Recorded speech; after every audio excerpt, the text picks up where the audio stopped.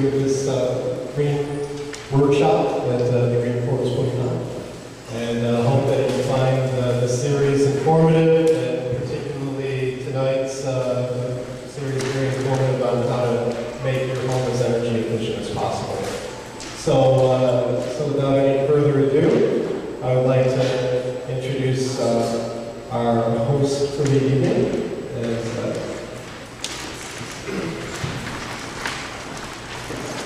I'll touch on this a little bit. My name is Chad White. I'm on the faculty of environmental science at Loyola. I'm on the faculty of the environmental science department at Loyola. And tonight we've got a series of speakers who are going to be taking you through more advanced steps you can do in an energy audit or energy efficiency improvement in your home. Last week we did some simple steps for energy efficiency improvements.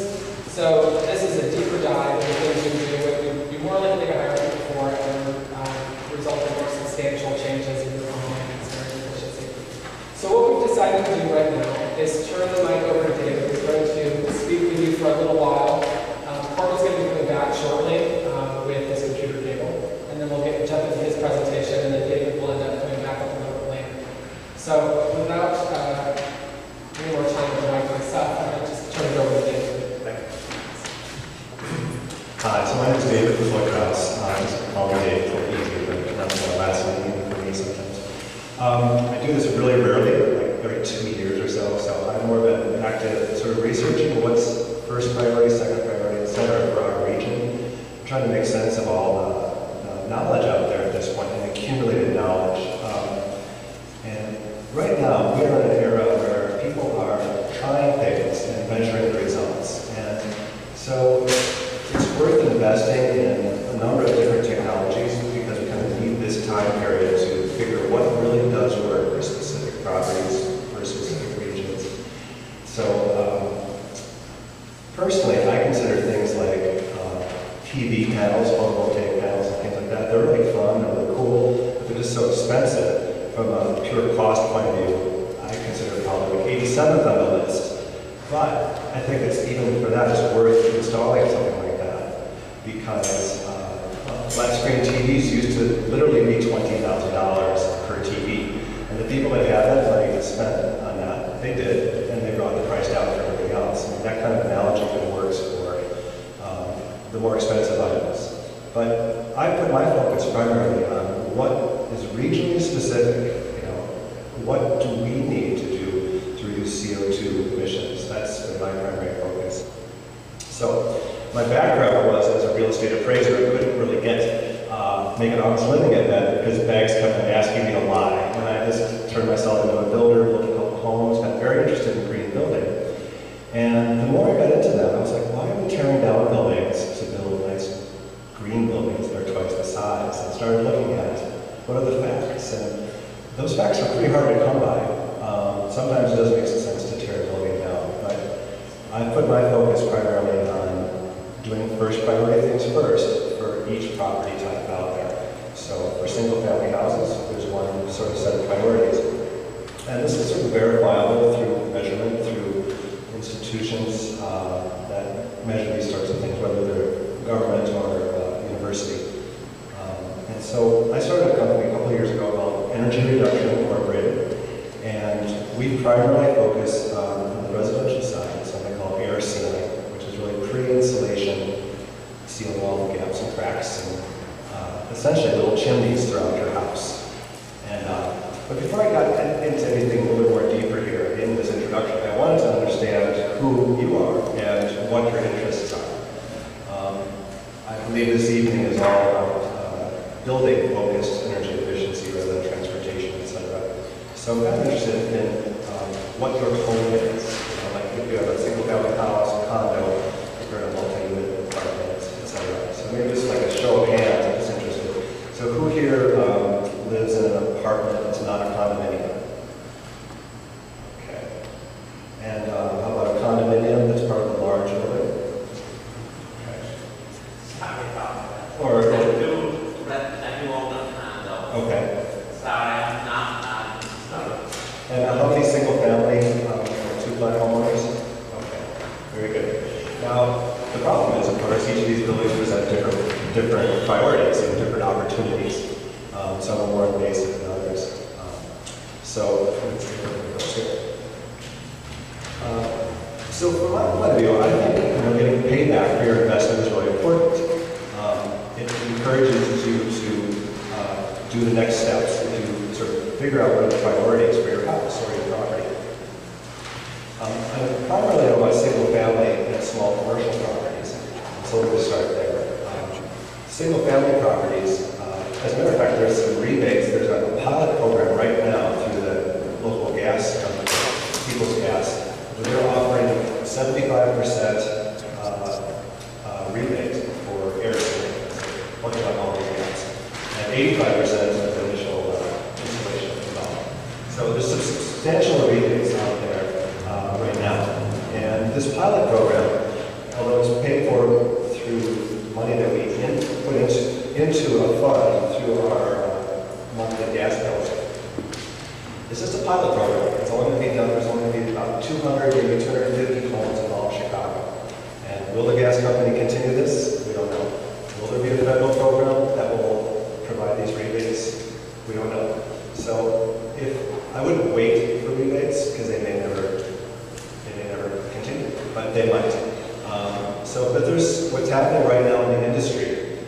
There's federal money that's being spent on training legislators, city officials, people that do the building inspections, so that they know what to look for. We have, in 2009, there was a new energy efficiency code for Illinois, but even the code officials aren't really clear on what that is. So right now, the money is being spent on code officials and on training people like our first speaker, Corbett, will be here soon. He's an energy auditor. And then there's also money being spent on training contractors. And when really the workforce is in place, the plan is to launch this energy efficiency process. And the first step of that is the energy audit. And that's what Corbett will be talking about. And that's an issue of what are the priorities for your property. And there's a period of discovery, whether it's with an infrared camera or other techniques. So you figure out what's the real problems of your property. And if you're doing this on your own, then you really want to take time to discover what are the problems. And you want to prioritize them too, because again, you want to have a quicker return on your investment. The other thing is some of this work is hard. If you accumulate all this knowledge, but you don't get it done, well, it's nice, and I like knowledge very much. But even with my own house, I haven't done everything because it's hard, it's busy.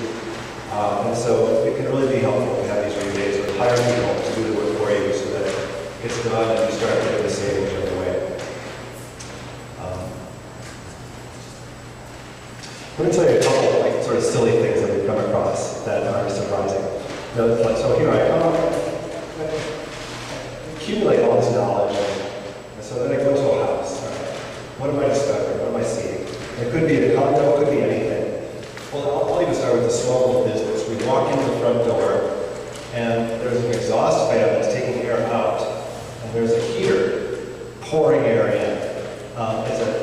Not only that, but it's an electric heater, so it's the worst type. So in this small space, and the owner never knew he had that. There's a lot of dumb things like that are out there, and your building probably almost definitely has at least one really, really dumb thing. First house we worked on, it's a college professor, won't name who, growing vegetables in her front yard and had chickens in her backyard. Came here from Berkeley, California. She had 10 windows that were left open for 5 years, about this much at the top of the windows, because she couldn't close them.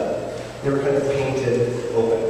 So, we could go looking through her property and thinking all this stuff, but we have to look for, all these little things. And that's where the energy audit sort of comes in, and they do a comprehensive overview of your specific property. And as we're doing our more hands-on work, so my company primarily focuses on doing pre-installation work, where you're tightening up the house, not too much, if we get to that level, it's a different discussion, but tighten up the house first, closing all these gaps.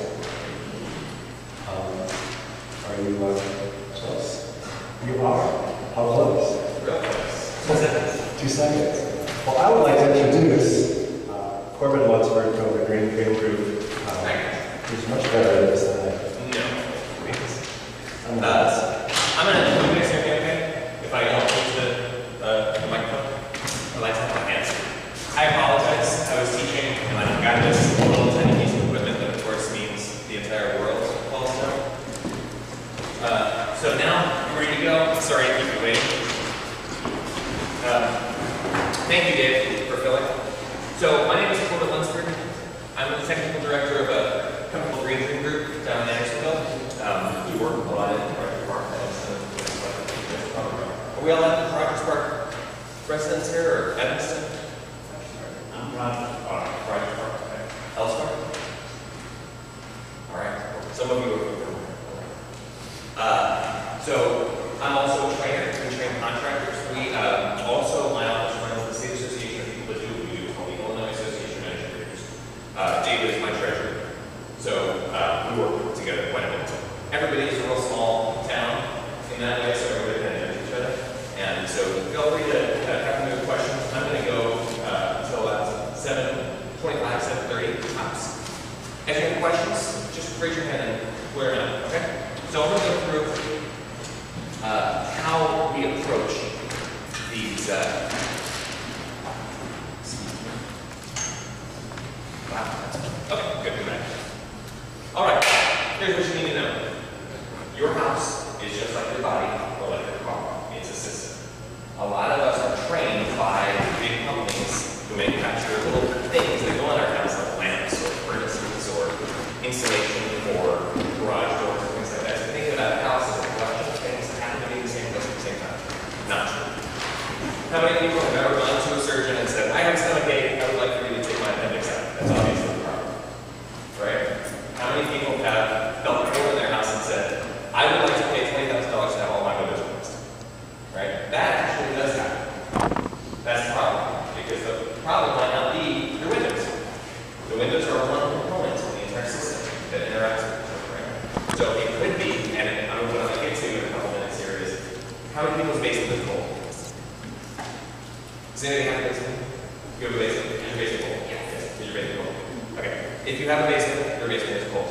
What I would like to tell you is, if you fix your basement, it might not fix the problem. If you fix your attic, that might fix the problem. So hiring a company like Davis to come in and air seal the attic might actually fix your basement. That makes absolutely no sense to me. I'm trying to work you through this. Okay. There's 4 basic concepts that you need to understand when you talk about home performance. In order of increasing importance, they are heat flow. Everybody thinks that they get heat flow. If I ask you, what will make your house a better performing house, what will you say? Heat flow. What's that? Heat flow, okay, cool. Look for the specific things you can buy. Windows. Better windows and more insulation. Thank you. Okay? You ask any homeowner in the country, and those are the 2 things they would say. Because they get it. Yeah, heat escapes from house, I like to do that. What I will show you is that you actually don't get it. It's much more complicated than what we're all told. It's not a linear system. It's actually really interesting. Airflow, hardly anyone actually understands about airflow. If you're lucky enough to get with a contractor who understands how airflow works and they use something called a blower door, bam. That's like worth $1 million. Airflow is really related to pressure, and we have pressure imbalances in our house too. Moisture is going to kill your house faster than anything else inside the fire, right? So we want to make sure we avoid that. Also, it's a big ingredient in things like mold and mildew, which is not good for us. And then air quality has to do with the moisture side. It also has to do with combustion appliances and the carbon monoxide, smoke, and things like that, right? So this is the most important. If you have a